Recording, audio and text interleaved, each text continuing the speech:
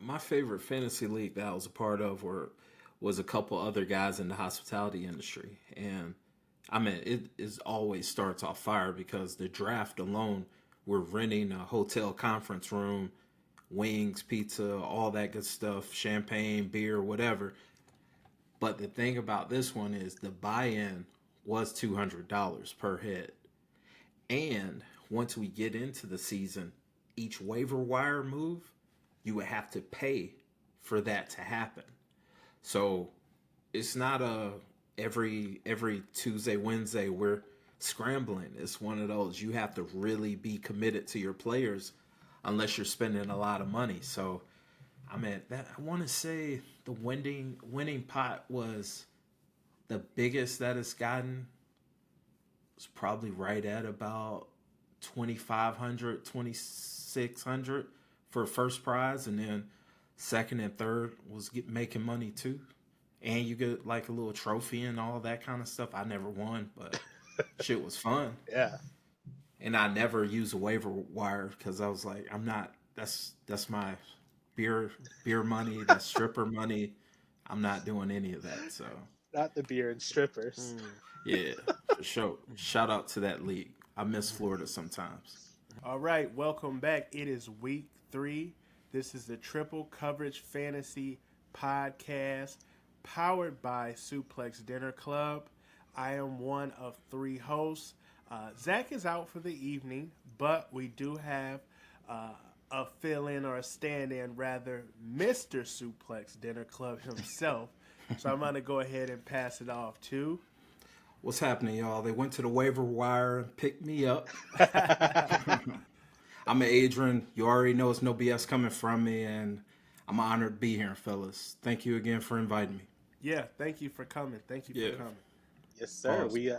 We love having you, Mr. Suplex Dinner Club himself. I'm the third co-host, Eric, with the asterisk 2-0 Patriots, because that DPI, we ain't feeling it. That definitely was a bogus call. That was a bogus call. And I'll be honest, week 2 in the NFL was completely I'm not even gonna say wacky. It was a shakeup indeed, and it was a shakeup. We got to get to the elephant in the room, the injury bug. The injury bug, the injury bug. Speaking of elephants, roll tide. Roll Tide. There's a lot of injuries, guys. And where do we start? I mean, we talked about it last week. Tua's out. Yep. Now we have McCaffrey on IR. We have Puka Nakua on IR. We have big. Cooper Kupp on IR. Is Debo on IR or Debo's just out? He's just out. I don't think that they've officially named him IR yet. So Debo Samuels is out in addition to McCaffrey. Then we have Kenneth Walker out, running back from the Seattle Seahawks. We have also AJ Isaiah Brown Pacheco. out AJ, he was out. for a couple of weeks. Isaiah Pacheco, 6 to 8 weeks out. Ouch. It's a lot going on, and I know a lot of guys were heavily invested into Pacheco as far as being, that kind of a gem running back for us. So let's go ahead and start off with Eric. Eric, tell us, injury bug. Has your team been hit by the injury bug? If so, what are you doing to kind of offset that? Crying.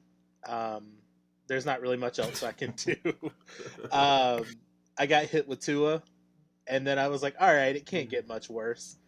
And then Pacheco, and then, I lost Winfield for a game last week on IDP. I'm still down Cole Holcomb from IDP. Man, it's a lot. Like, I'm struggling so bad with running back. I went out and picked up Kareem Hunt. Like, I don't even know if this man's gonna get any touches, but if he does, it's gonna be on my team. So, I did hear that, like you stated, Kareem Hunt is allegedly going to be back in the fold. And also, really quickly, I did hear Cam Newton had a workout for the Panthers as well. And we'll talk about that more later. Now, Adrian, you did say you don't have a fantasy team, but talk to us. You're still a fan of the NFL. Baltimore Ravens is your team. Right. What do you think about these implications and these injuries? Do you think it's because none of the star players are participating in the off-season, preseason games?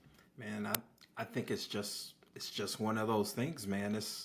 It happens every year. It happened last year.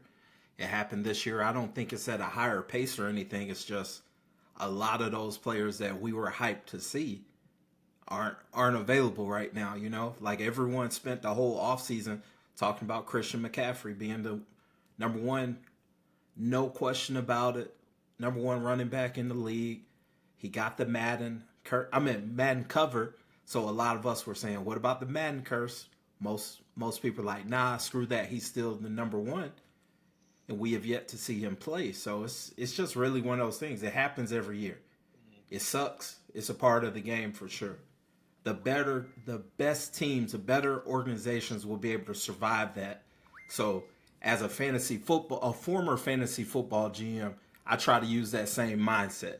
Yeah. Like, hey, injuries, I'm going to prevail. Screw it. And not to mention when you say elite ball clubs, or teams like San Francisco, Jordan Mason has been coming in and he's been doing his thing. He's been knocking that roll out very, very well. I'm interested to also see Ayuk. No Debo. He's kind of been struggling these couple of weeks. These past couple of weeks. So I want to see how that goes. And speaking of no Debo and Ayuk struggling, we can go ahead and get into it. We talked about it last week. Players that we thought were going to pick up. We talked about panic, no panic. So we got to start with players that had great bounce back week twos. So Adrian, even though you're not playing, who are some players that you see wasn't quite productive week one, but had an amazing week two? And I'll tell you, I think we're going to definitely talk about that Falcons-Eagles game. But I think both of those teams had players that week one was like, but week two, like you got Drake London, he was doing his thing week two. I don't know Bijan's official stats, but I know he made a couple plays. I don't know the implications because I wasn't really looking at it like that. But yes, I know those two players in particular. Then on the Eagles, even though Barkley had a beast, I know he had a monster game week one, and it kind of fell off week two.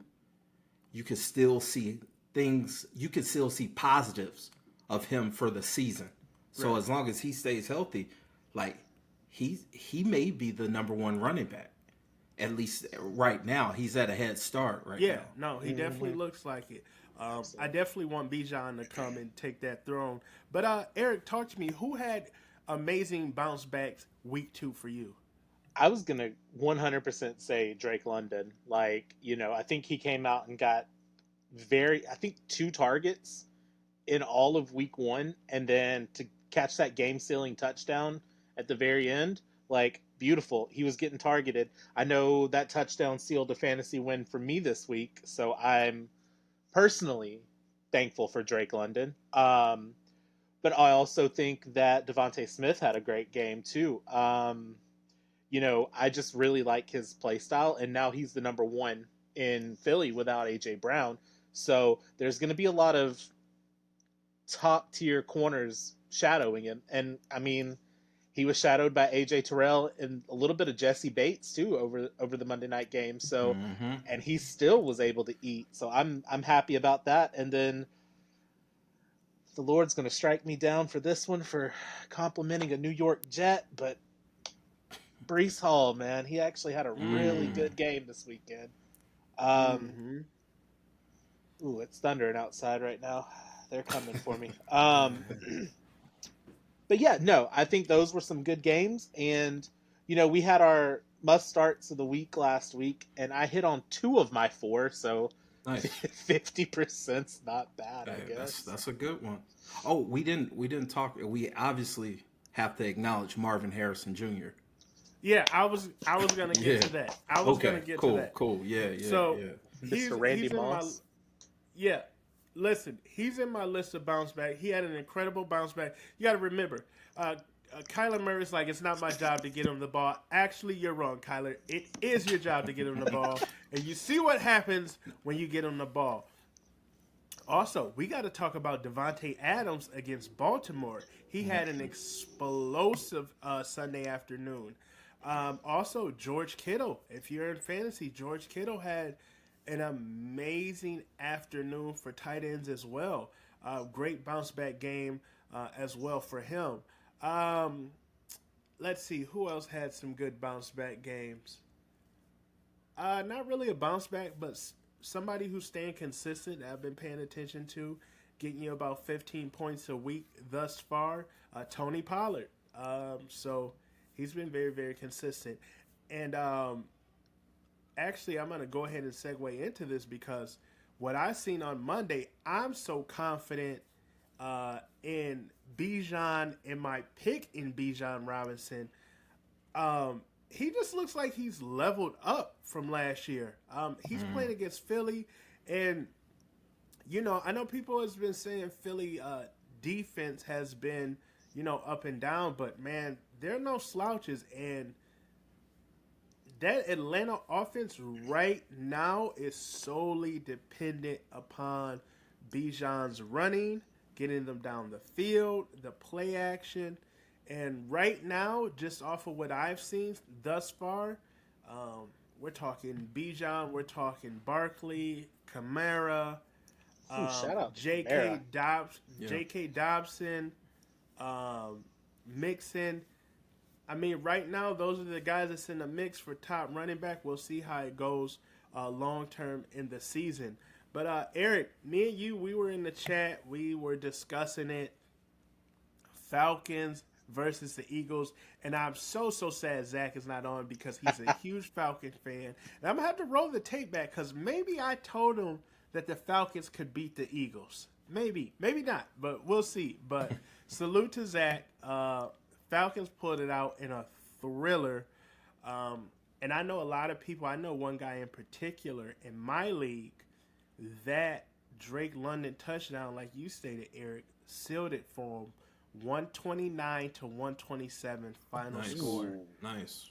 Final score. Yep. So, We like that. Eric, talk to me. What was the highs and the lows for the Falcons Eagles, and then we'll pass it off to Adrian on that. To me, the highs and the lows. Even if you're not a fantasy player, I think you've got to look at the game that Kirk Cousins had, and you've got to see that he's starting to feel comfortable on that Achilles now. I really liked what I saw from him. He looked comfortable taking the snaps from shotgun. He looked comfortable doing play actions again. There was a couple of balls that he overthrew, but I mean, you expect that from every quarterback. The zip was there this week. He was moving around in the pocket well, finding his targets good. So I think that's outside of the realm of fantasy. I think that's good for the Falcons going forward because that's going to end up translating into points for Drake London, Ray McLeod, Darnell Mooney, hopefully Kyle Pitts, and even Bijan Robinson, who we, like you said, it's the backfield runs through Bijan, or the offense runs through Bijan. And then on the reverse side, Eagles wise, I mean, Jalen's Jalen. That tush push looked like it was finally working. I hate that play. Oh I my love goodness. that play, Unstoppable. man. It is Man. unstoppable. It is unstoppable. I hate it. Saquon looked good. Saquon's going to make New York eat every bit of that Daniel Jones contract for not wanting to pay him. And I'm here for it. I love that level of petty. And I can't wait for the Philly Giants game this year. Both of them. He's going to eat. He's going to eat. He's got to stay healthy, though. He does. He's got to stay healthy. That's his thing. And I think the knock on wood, because there's been so many injuries, I think the writing's on the wall for him to be kind of healthy this year. The offense isn't running through him; it's running with him.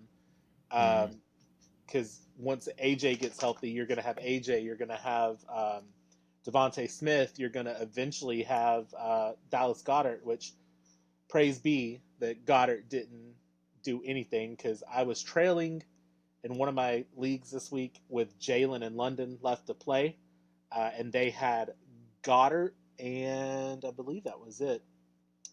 After Kamara's 46-point game, I was trailing going into the Monday night game, and I pulled Mm, out a 20-point win. So, nice, um, nice. thank you, Jalen. Thank you, Drake London. Thank Nice. you, Youngwei Koo. I appreciate y'all. I'll try not to slander Atlanta much anymore because I won because of you. Um, but yeah, I all around for a fantasy game, that was great. Every major star except for Kyle Pitts hit. So can't ask for Mm, much more. definitely. Okay. And Adrian, what about you? What was your highs and lows for the Falcon and Eagles game? Well, to be honest, I only watched the second half because I was watching Monday Night Raw. Everyone knows I'm a wrestling fan, much like you guys are. Uh, but the thing that really stood out to me is Kirk Cousins. Like, Kirk Cousins is one of those empty calorie quarterbacks. When it comes to the game of football, he's going to get you a couple numbers. He's not going to always get you the win. But once it's postseason, we know what he turns into. But for the regular season, he's one of those steady Eddie quarterbacks, man. And I mean, even though they didn't do much against Pittsburgh week one, he kind of showed that. He's like, I'm going to sit in his pocket. I'm going to try to get the ball to my playmakers. I'm going to try to go out and win that game. He's not a he's not an upper tier quarterback, but he'll get you some wins. And I mean, I know when I played fantasy, I would always have him as my quarterback because I knew no one else would pick him, but he would wind up having big games out of nowhere. I mean, having Justin Jefferson as your wide receiver kind of helps with that. But you get what I'm saying. Like he doesn't explode on tape. He'll get you. He's that empty calorie quarterback, man. Never fails. So you're just saying in terms of the playoffs because in Yahoo he produced 32 points Nice. Monday evening. So that's kind of like top of the tier what you would want out of your quarterback. I think he did an amazing job that last minute 20. They were Mm-hmm. marching down the field like Yeah. flawlessly, like confidently. That was the one time that nothing went through Bijan, where everything was on Kirk Cousins' shoulders, and he delivered, man. He delivered. He looked at his reads. He found Drake London with no hesitation. That was a really good game. It was a really good defensive battle. Atlanta defense is surprisingly good. It is surprisingly good. Considering the weapons Philly had, I feel like they put together a good game plan. Um, man, another thing too. Once Drake London gets going, man, I think he has a huge upside, man. I like just that route was so clean on Darius Slay, and Slay's like Mm-hmm. one of the best in the game. Then you go to the Eagles side of the ball. They have a dynamic offense. And that's why I was like, I'm a little bit surprised at Atlanta defense. Now, I know A.J. Brown was out, but still, man, every time Saquon touched the ball, 9 yards, 10 yards, 16 yards, 9 yards. And I'm surprised that he actually dropped that pass. I'll be honest with you. And I'm Yeah. surprised he also didn't get that touchdown where his knee was down close. That was a little bit surprising too, as well. I think those were two key plays that, for whatever reason, Saquon couldn't connect with to seal that game. Eagles were supposed to win by 2 touchdowns, Yeah. essentially. Easily. Yeah. Um, Atlanta stole that. Mm-hmm. yeah, Atlanta stole. But as an Atlanta Falcon fan, again, Zach, if you hear me, you should be proud of that, right? If they leave the door open, you guys are gonna go and take it. That wasn't the Atlanta Falcons of old. If I do have to, fantasy wise, I do want to say, Eric, I know you play IDP, and for all the people that's watching that play IDP, I found a gym. I don't know if anybody was paying attention on Monday night. Zach Bond from the Philadelphia Eagles is a tackle machine. Do you hear me? First week, 17 points. Monday night, 8 points. He is a tackle machine. He flies all around the ball. Blankenship as well at safety. He is a tackle machine as well and a playmaker. So for everyone who's watching, who's in an IDP league, those are some players you definitely want to look at. On Atlanta side, you got Jesse Bates, you got Judon. They stood out amongst everybody on the defense. So it was a great Monday night game. And I'm a little bit sad because this Monday coming up, even though we have 2 games, those are 2 stinky games. Game 1 is Buffalo against Jacksonville, and then game 2 is Cincy against Washington. So that one could be good. So listen, before we get into our week 3 lineups, let's talk about it. You said that one can be good. Which one? What are you thinking? What are you seeing about these 2 games? Cincinnati looked better against Kansas City than they did against us. I don't know if that's indicative of their offense finally coming around or just how good our defense is. But they looked a lot better against Kansas City. And, even in a loss, Jaden Daniels looked like LSU Jaden Daniels. Like, he was zipping with those runs. The balls were where they needed to be. Still doesn't really have any points for Scary Terry, but kind of eating. He's been the most consistent rookie quarterback, hands Absolutely. Yeah, hands down. yeah. It doesn't hurt that he's got B-Rob and Eckler behind him. Yeah, I agree. True. And for not for whatever reason, but the Commanders, they have a nice offensive line protecting them as well. As we see some of the struggles with Caleb. I mean, Chicago can't run the ball. They can't really, they're spotty when it comes to putting a pocket together for Caleb. And then it shows in some of his plays too, and it kind of really exposed him being a rookie. So kudos to Jaden Daniels for being consistent so far through 2 weeks of play. And I mean, that got to be a positive for that organization, knowing like, all right, we got our guy, the right guy for us.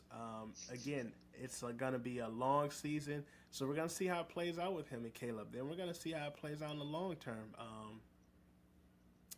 Because again, we kind of was there with like Luck and RG3 at a point, right? Until injuries hit and things of that nature. Are you guys looking forward to or expecting anything big out of Buffalo and Jacksonville? Snooze fest, or where are we at? Is Dalton Kincaid finally going to get on the board? Is Keon Coleman finally going to show up? Man, that's should be a defensive battle. So I don't think we're gonna see a breakout game for Keon. But I could see Coleman. Kincaid really getting loose on that second level against that team. Josh Allen, by the way, has really been delivering so far. You lose your number 1 receiver. All this offseason, people have been calling him overrated and trash and all that. And he's pretty much been telling people to shove it. He's been telling people to shove it, man. Josh Allen he's been producing. Now, the question is Trevor Lawrence. Like, where are we with Trevor Lawrence? Because I haven't seen much to be excited about. It's Mac Jones season in Jacksonville, baby. Let's do it. I'll be honest about Trevor Lawrence. I think he's kind of like on that last. If he doesn't string together 10 wins, playoffs, not even wild card, just playoffs. That division. Who's in the division with? Colts, Texans, Titans. I mean, outside of the Texans, he should really be right there. He should. As on far paper. as that division. Yeah, on paper for sure. But the Colts, they may come through and You know, it's just like you said, Adrian. I haven't seen anything good out of Trevor Lawrence. I don't know exactly what it is, and I don't know what it is with Jacksonville as a whole. Because remember, there was a point in time where they were trending up. They were in the AFC Mm-hmm. Championship against New England. They had Ramsey. They had Bortles. They had, Fournette. Then they, you know, broke that up, and then they rebuilt something, and then Trevor Lawrence got them to the wild card or whatever the case may be, and then it's just like it's a regression. I really don't know what's going on. And Jacksonville typically they do extremely great drafting. If you think over the years, like some of the players they had, Mercedes Lewis, Henderson, Stroud, all kind of guys. I don't know, man. I don't know. That franchise is a head scratcher, but I look for Buffalo to really just pounce all over Jacksonville Monday. And the same with Cincinnati. I actually think that Cincinnati did such a great job of kind of containing Mahomes, even though Kansas City won. Some of the looks they were throwing at Mahomes and the difficulty that they made for Mahomes to get the ball to Kelsey. At a point in the game, I was like, look, Mahomes need to look Kelsey off to get some better throws in. Mm-hmm. So Cincinnati defense looks legit. And what's that end name? What's the defensive end from Cincinnati? Trey Henderson. Hendrickson. Yeah. Hendrickson and that guy and the linebacker Pratt, beast. Yeah. They are beasts. They are beasts. And for whatever reason, man, Taylor Britt, he brought it, right? He talked all that smack and he backed it up. He got burnt on the one play by Rashee Rice, but he didn't get burnt twice. He did not get burnt twice. That was for sure. And he had the amazing one-hand interception. So I look forward to week 3. I got a W last week, and I'm looking to get another W again this week. I need it. I need all the W's again in my league. We have a huge cash prize for best record and a huge cash prize for the winner of the playoffs. And I would like to take both. I was a champ last year. I want to take best record, and I want to go back-to-back. First ever in the league to go back-to-back. I like it. With that being said, Eric, go ahead and kick us off. Who are you starting week 3? What is that offense going to be looking like? That team's going to be looking like for week 3? A hot mess, 100%. So I had Tua. Tua's dead. So we were gonna roll with a combination of Geno Smith and Bryce Young. Well, we ain't rolling with Bryce Young anymore. So, I had some decisions that I had to make. So I traded Michael Pittman for Baker Mayfield. That's not bad. I'm not mad at that. I'm not mad at that. It's not what I wanted, but you kind of fleeced a little. You fleeced a little bit. A little. It's not what I wanted. You fleeced a lot, actually. I'm just saying, Baker's like the number 2 quarterback or number 2 player in Yahoo rankings right now, behind Kamara. Really? So, wow. Yeah. No, seriously, Baker's been. Yeah, he's been balling. But what happened is I made a statement. Hey, quarterback, anybody, and everybody came through wanting me to overpay. I had, will you trade Pittman, Godwin, and Brian Robinson Jr. for Justin Herbert? And I'm like, absolutely not. You can take that and throw it in the garbage can. No. I had lost for Pittman, Prescott, and I'm like, absolutely not. No, my hey, I like Dak better than I like Baker Mayfield, but that would kind of decimate my offense just a little bit. Yeah, that's true. That's too many pieces. And then finally somebody came through and was like, I like Pittman or Godwin, and I'll trade you either Baker or Trevor Lawrence. And I was like, give me that give me that Oklahoma boy, because I don't trust Clemson.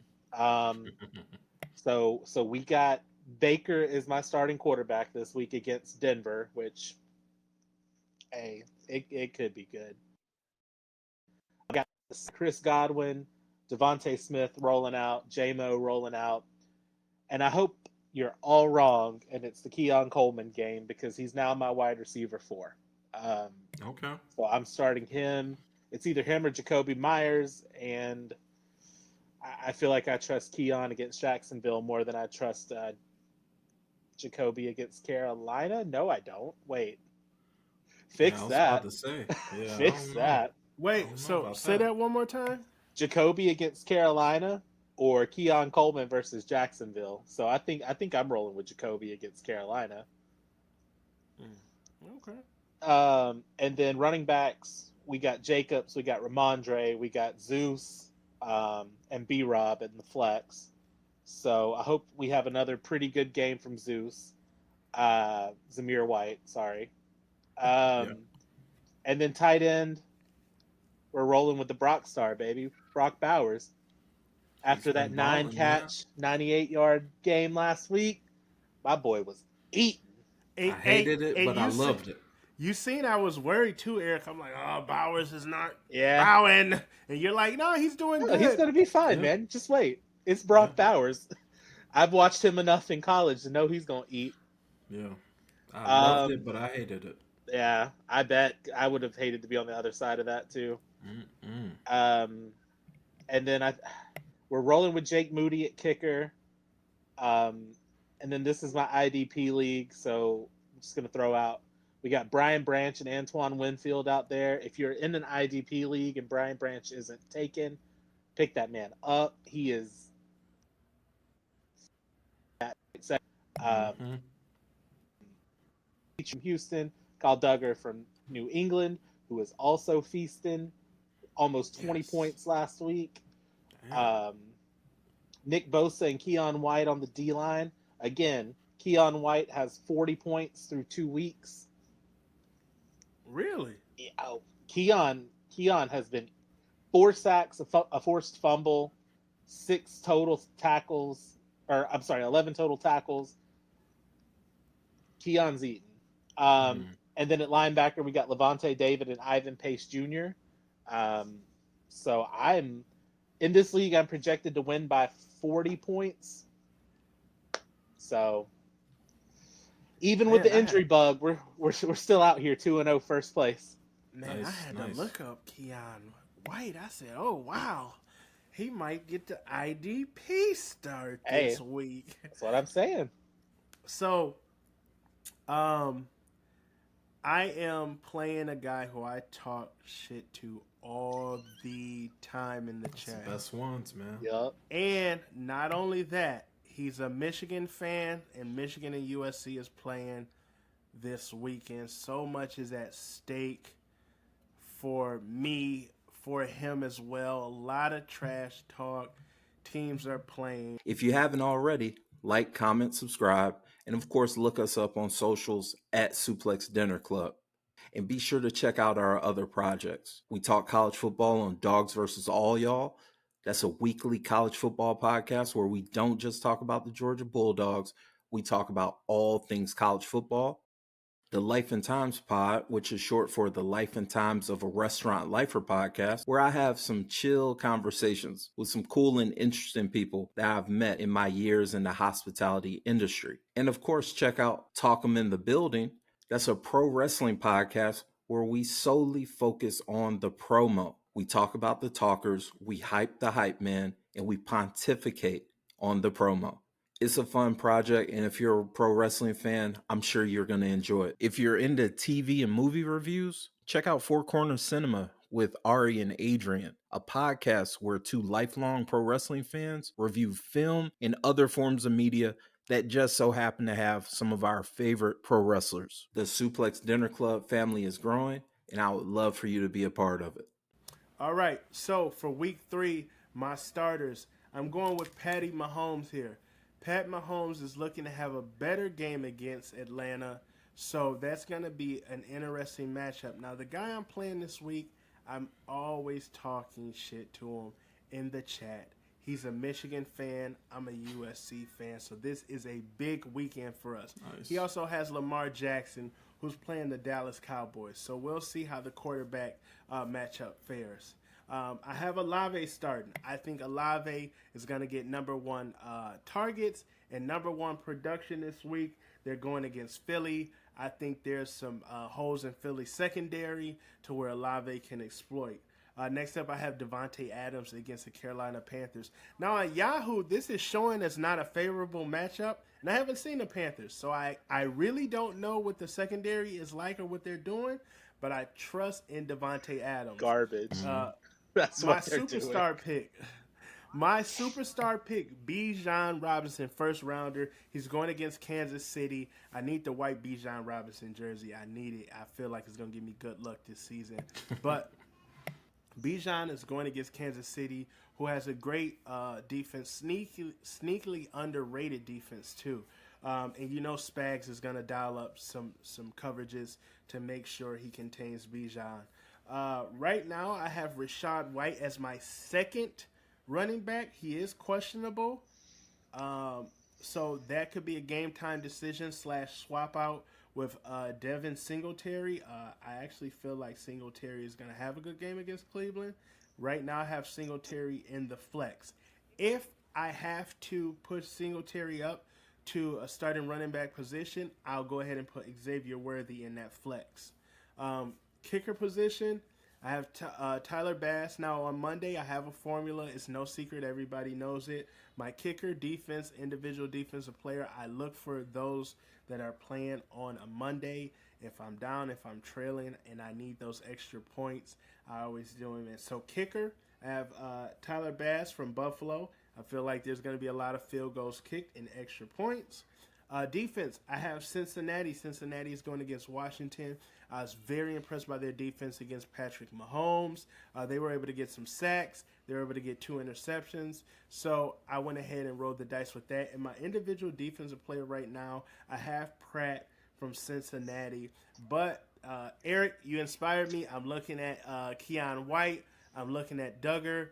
I may switch out that IDP position for week 3. But I'm very confident in my lineup this week. The guy I'm playing actually has some key injuries, but I never ever take that for granted because, as you know, players just explode for whatever reason some weeks.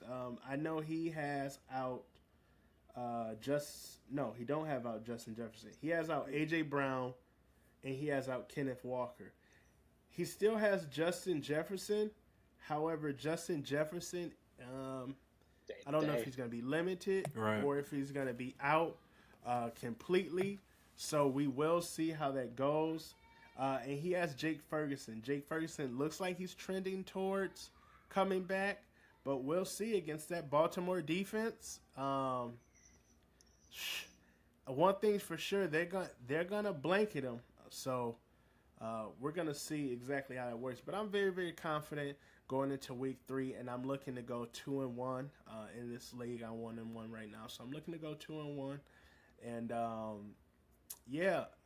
my office is open always for trades, so the guys know I'm willing to wheel and deal. We have Thursday night. Our Patriots is playing against the Jets. I hope we play them tough. Guaranteed dub.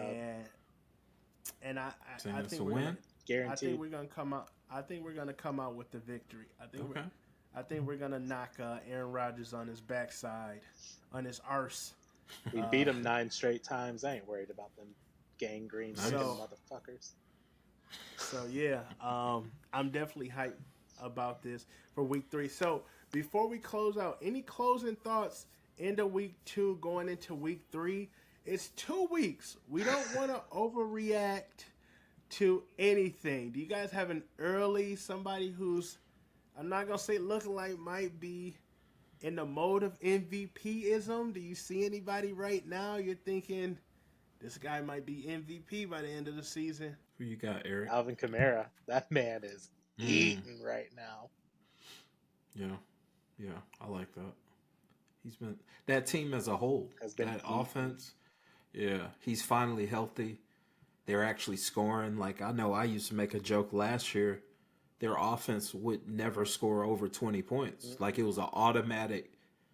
If you're picking the over or under, the Saints are good for 21 points, and that was it. And this year, they've complete opposite. I think both games they've scored over 40 something points. So, Made a mockery of Dallas. yeah, We'd yeah. love to see that. They jumped all over them. They jumped all over them. So, that's given me some encouragement as a Ravens fan for this week, but I just don't trust our offensive line at all. Yeah. I just don't trust them, man. I know people are blaming Monk, but I can't even say his play calling's bad. Lamar just Monk, doesn't have Monk, time.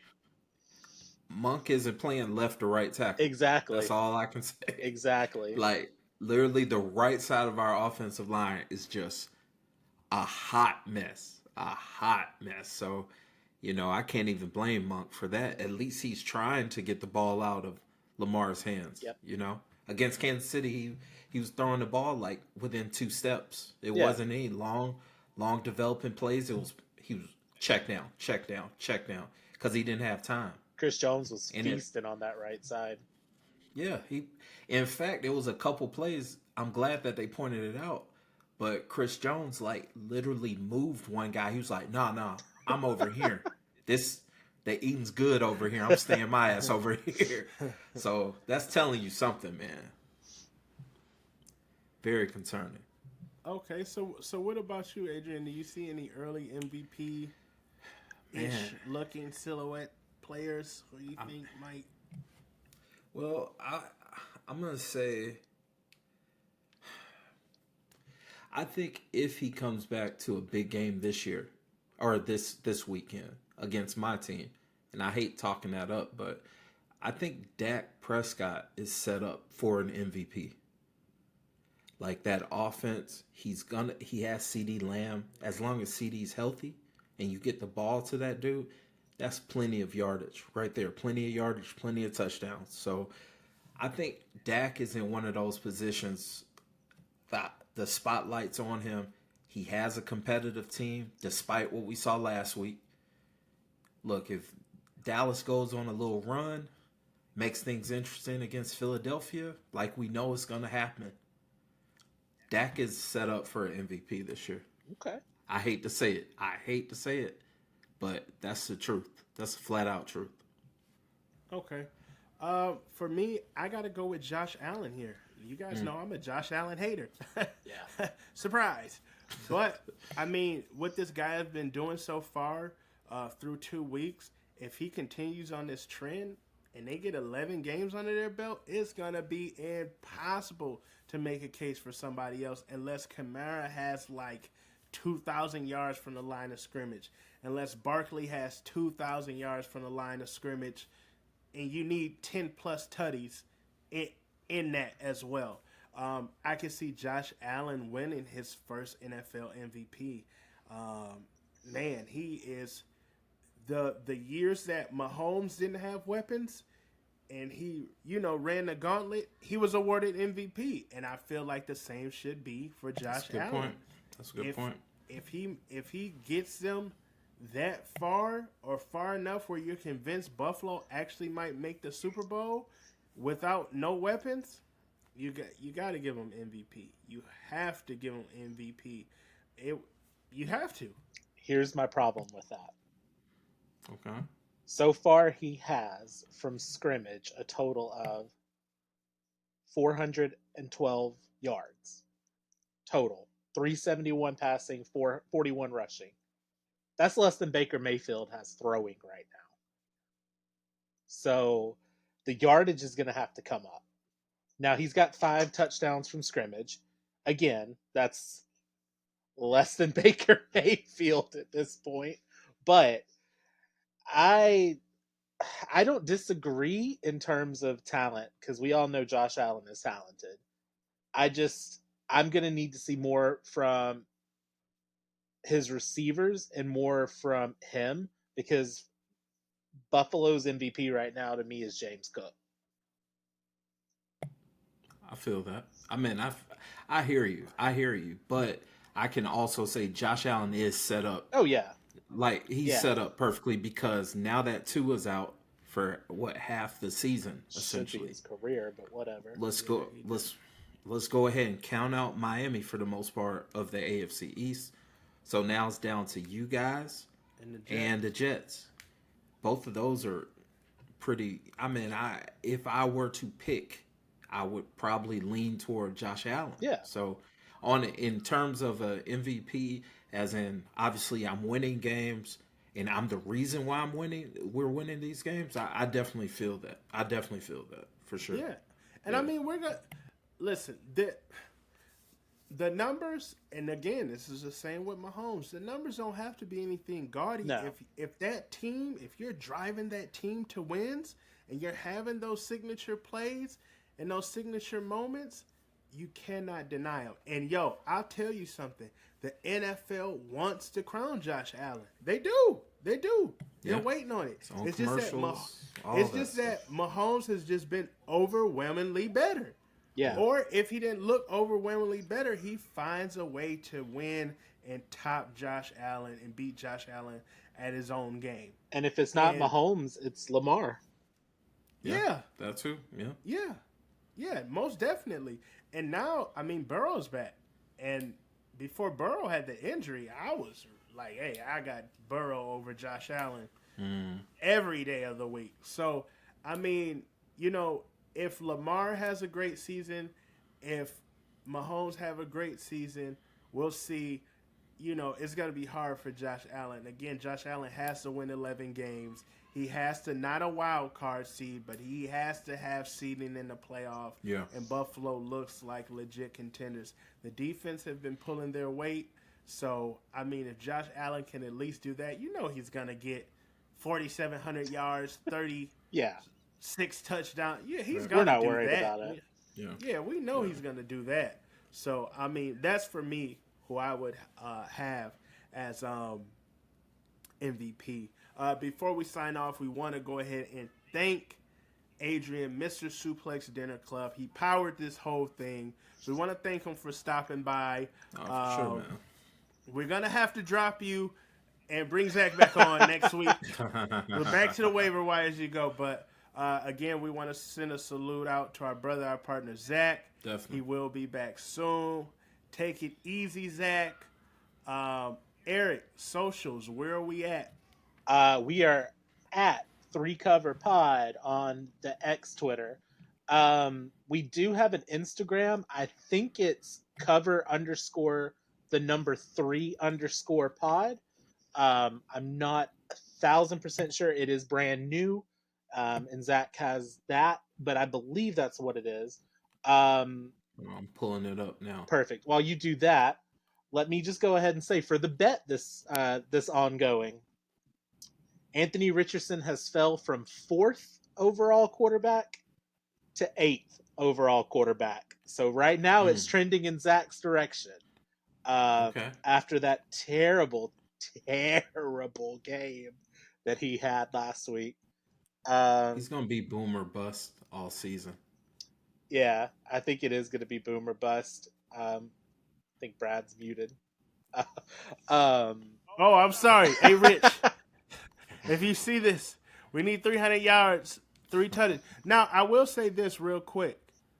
Quarterback touchdown passes this year through week 2 is significantly lower than they have been in the last, I think it was maybe 6 seasons. I mean, you gotta think. Week 1, 18 of the 32 quarterbacks threw under 200 yards, and I know that's something that I've been personally talking about the past couple years. If you listen to other podcasts that I've been on, but the state of the NFL quarterback is in the dumps. It's been like that Absolutely. past couple years. And like you were touching on, like it's in the dumps because, and this is my personal opinion, and it's just because I'm pissed off about Bryce Young. They're throwing these guys in too early. Yep. If you look at it, They're shell shocked. 100%. if you look at it right now, like Bo Nix, starting quarterback, 0 touchdowns, 4 interceptions, rookie. Yep. Bryce Young, 19 games under his belt, no touchdowns, 3 interceptions. Anthony Richardson still hasn't played a full season since like his sophomore year in high school. Three Right. touchdowns, four interceptions. Caleb Williams hasn't looked great. The only rookie quarterback that has looked Jaden. good is Jaden Daniels, and That's that's what I'm because saying. he's a 5-year starter in college. You can't have Yeah, these guys coming off the bench, play one good year, and automatically think they're ready to start in the NFL. It, yeah, that's just my opinion. That's a conversation for another time, another pod. for sure. And the Commanders shored up the running game for Jaden Daniels Exactly. too. And you Yeah, Definitely cannot shored it up. trot out a rookie quarterback with a god awful offensive line. What do you think is going to happen? You That's can't. why Bryce is getting eaten alive in Carolina. Their line well, sucks I will say this past off season for the Panthers, they did make improvements on that team. a little bit. I think Bryce is more so. I hate to say it. I think he does see ghosts Yeah. because I've watched both Panthers games entirely. He gets rid of the ball way too early. He doesn't even let plays develop Mm-mm. downfield. So that level of confidence, you gotta think. You come from high school, you play at Modern Day. That's one of the best high school programs in the nation. You know he wasn't getting hit. You know he wasn't getting touched. You go to Mm-mm. Alabama, damn near the same thing. You know, Yep. he's not getting touched. Mm-mm. Once you get to Carolina and you're getting your chest kicked in week after week, you start to see ghosts. You start to get scary. And make no mistake about it, his frame alone Yeah. would suggest that he doesn't want that. Mm-mm. If you're 5'10, 185, pushing it, you don't want to be getting hit for an entire season. So I think the benching, I wanted to come here to at least talk about that also. Like, I think the benching for Bryce is actually a good thing. Yeah. I think it's actually a good thing. I'll even go as far as saying I think the Panthers actually saved his career by benching him at this point because Yes. you can tell the confidence isn't there, and maybe he does need to be on the sideline and learn how to run that offense, to learn how to go through those progressions.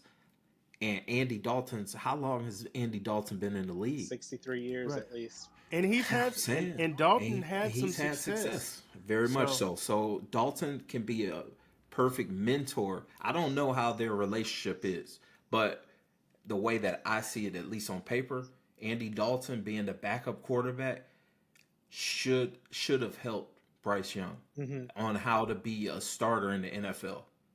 And hopefully he sees that. Maybe it's with another team, maybe it's with another franchise, but at least for this week, next week, hopefully he can at least learn through Andy Dalton.